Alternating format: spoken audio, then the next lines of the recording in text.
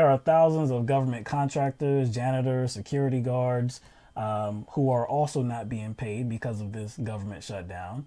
But unlike the federal workers who will get their back pay once the government reopens, they won't. So on Wednesday, there were several of these government contractors who spoke about the difficulties, their difficult situations that they have been placed in. My name is Audrey Murray.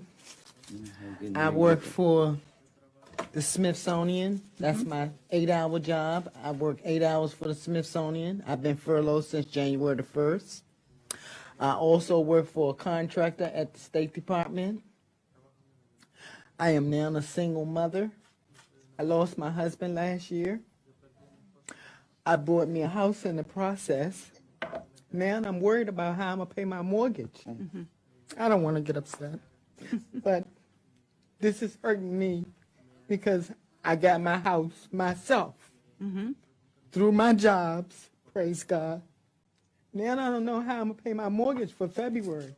My name is Eva Hicks, and I work for Allied Universal Security at the Smithsonian Museum, the Space Museum. This furlough has affected me. My first day of work was the day that the government shut down. So it affected my family because I'm the head of the household.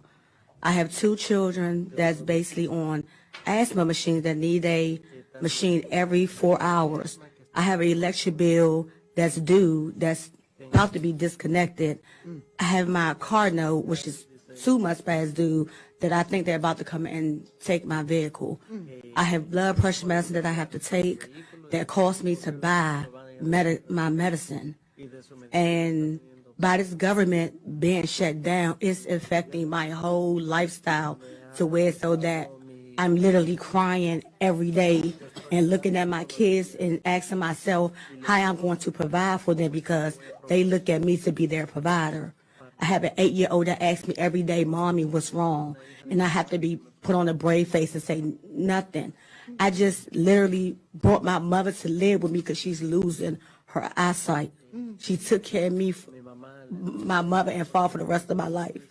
Now it's my turn to take care of my mom, and I don't even know how I'm going to provide for my mother. I don't even know how I'm going to keep my lights on. And I don't know why Trump is holding us hostage because I don't care about no wall. He didn't ask me, did I want a wall built up? And I'm going to be very honest, right here, right now. I mean, he's a billionaire. Why shut down the government and take our money to build a wall? Kind of a prime way the administration diminishes the effect that this shutdown is having is to only focus on the official federal employees. But there are thousands of federal employees that are not, official federal employees that do not get the same benefits. And I do think it's important to give those people a voice and to bring them out so you can illustrate that there are thousands more people being affected by it. Right. And, if you listen to the second woman's testimony, pretty much gives you an indication that it's not just their lives that are being affected. They're connected to other people too, which most of us are. Right, exactly. I guarantee you, if you were affected personally by something, who else would be affected? Wife, kids. Exactly. So it's not just the people who have the jobs, it's all the people that are connected to them as far as their household and their loved ones. Like the woman said, like she just take care of her mother. Right. Taking care of her kids. She's a single parent. So again, these are harrowing details. I mean, these are.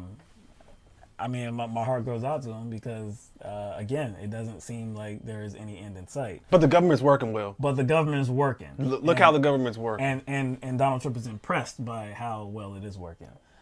So for these people that are not federal employees, there's a group of Democratic senators that are trying to do something about this egregious situation. So Senators Chris Van Hollen, Democrat from Maryland, Tina Smith from Minnesota, Sherrod Brown from Ohio, Mark Warner from Virginia, Ben Cardin from Maryland, and Tim Kaine from Virginia. They all introduced the Fair Compensation for Low-Wage Contractor Employees Act on Wednesday. And this will ensure that these workers who are not federal employees but contractors It will ensure that they receive their back pay. So that is good, and I hope it does get through Congress, and I hope that the president has enough of a heart to actually sign this bill.